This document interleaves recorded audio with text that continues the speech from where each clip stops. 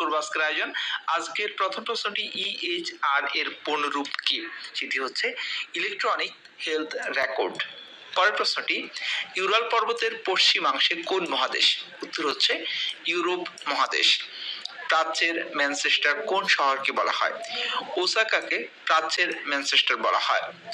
The modern state গ্রন্থের লেখক কে? এই গ্রন্থটি লিখেছেন ম্যাকাইভার। শ্বসনতন্ত্রের প্রধান অঙ্গের নাম কি? এটি হচ্ছে ফুসফুস।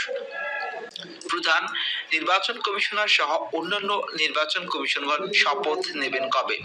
আজ 24 নভেম্বর প্রধান নির্বাচন কমিশনার সহ অন্যান্য নির্বাচন কমিশনগণ শপথ নেবেন। ইসরায়েলের প্রধানমন্ত্রী নেতানিয়াহু ও সাবেক প্রতিরক্ষা মন্ত্রী গ্যালান্টের বিরুদ্ধে গ্রেফতারি পরোয়ানা জারি করেছে কারা? উত্তর হচ্ছে আইসিসি। আইসিসি মানে ইন্টারন্যাশনাল ক্রিকেট কাউন্সিল, সিসি। তারপরের প্রশ্নটি হচ্ছে অনন্যা সাহিত্য পুরস্কার 1431 কে কে পেয়েছেন? অনন্যা সাহিত্য পুরস্কার 1431 পেয়েছেন নূরে জান্নাত ও নুসরাত নুসিন।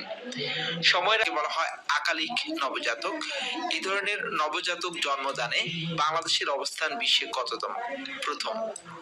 সময়ের আগে অর্থাৎ ঠিক সঠিক সময়ের আগে জন্ম নেওয়া নবজাতকের দিক থেকে বাংলাদেশ হচ্ছে বিশ্বে প্রথম। এটি খুবই দুর্ভাগ্য আমাদের জন্য। তারপরের প্রশ্নটি হচ্ছে COP29 এর নাম কি দেওয়া হয়েছিল? এটি খুবই গুরুত্বপূর্ণ প্রশ্ন হবে। ফাইন্যান্স কপ বা জলবায়ুর আর্থিক সম্মেলন। দেখুন এখানে সবগুলি প্রশ্নই যে খুব বেশি গুরুত্বপূর্ণ আমরা এমনটা বলবো না, কিছু কিছু প্রশ্ন আছে খুব বেশি গুরুত্বপূর্ণ, সেটি আপনারা অবশ্যই প্রতিদিনের আয়োজন থেকে নোট করে নেবেন, তাহলে আপনার শিখতে আরো বেশি সহজ হবে। পরের প্রশ্নটি হচ্ছে বিশ্বগ্রাম বা গ্লোবাল ভিলেজ শব্দটির প্রবক্তা কে? এটি হচ্ছে মার্শাল ম্যাকলুহান। লাউয়াছড়া জাতীয় উদ্যান কোথায় অবস্থিত? এটি অবস্থিত মৌলভীবাজার। সফোক্লিস কোন দেশের সাহিত্যিক? সফোক্লিস হচ্ছেন গ্রিসের সাহিত্যিক। কোরিয়া যুদ্ধ শুরু হয়েছিল কবে? কোরিয়া যুদ্ধ শুরু হয়েছিল 1950 সালে। মিয়ানমারের সাথে বাংলাদেশের একমাত্র স্থলবন্দর কোনটি? টেকনাফ। আলুটিলা পাহাড় কোথায় অবস্থিত? আলুটিলা পাহাড় হচ্ছে খাগড়াছড়িতে অবস্থিত আলুটিলা পাহাড়। কোন নদীকে বাংলাদেশের সুয়েজ খাল বলা হয়? গাবখান নদীকে বাংলাদেশের সুয়েজ খাল বলা হয়।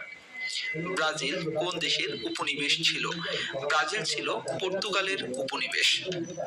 হাইপারসনিক ক্ষেপণাস্ত্র ওরিশনিক কোন দেশের? এটি রাশিয়ার। পুলিশের জরুরি পরিষেবা 999 এর কার্যক্রম শুরু হয় কোন সাল থেকে? 2017 সাল থেকে। আপনারা অনেকে কমেন্টস করেন এবং বলেন যে আসলে আমরা আপনাদের কমেন্টস কেন উত্তর দেই না। আসলে প্রতিদিন আপনাদের কমেন্টস পড়া হয়, জাস্ট লিখে লিখে উত্তর দেওয়া হয় না। তো ভাবলাম আজকের এই এপিসোডে আমরা আপনাদের কমেন্টস নিয়ে কিছু আলোচনা করি, দেখি কারা কারা আমাদেরকে গত এপিসোডে কমেন্টস করেছেন। তো প্রথমে যেটি দেখছি আলিক নামে একজন আমাদেরকে ভালোবাসা জানিয়েছেন, ধন্যবাদ আলিক।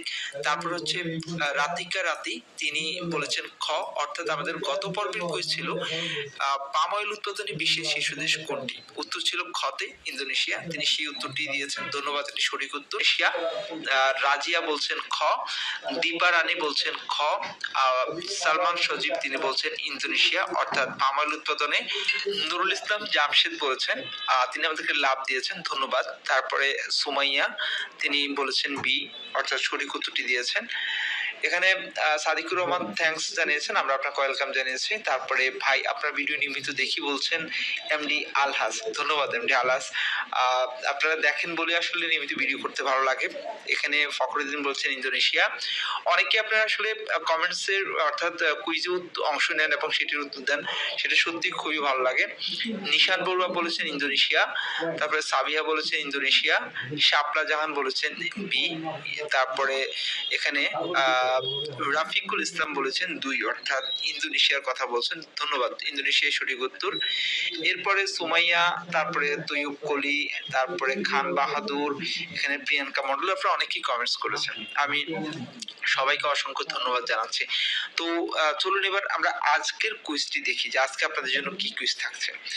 আজকে এতক্ষণ ধরে যে প্রশ্নগুলি দেখছিলাম, এতক্ষণ কমেন্টস পড়তে পড়তে হয়তো আপনারা সেই প্রশ্নটির উত্তর মনে রেখেছেন কিনা জানি না, দেখা যাক কতজন সঠিক উত্তর দিতে পারেন। আজকের প্রশ্নটি হচ্ছে COP29 এর নাম কি দেওয়া হয়েছিল? 4টি অপশন রয়েছে, গ্রিন কপ, ক্লাইমেট কপ, ফাইন্যান্স কপ, ইকোনমিক কপ। সঠিক উত্তরটি কি হবে?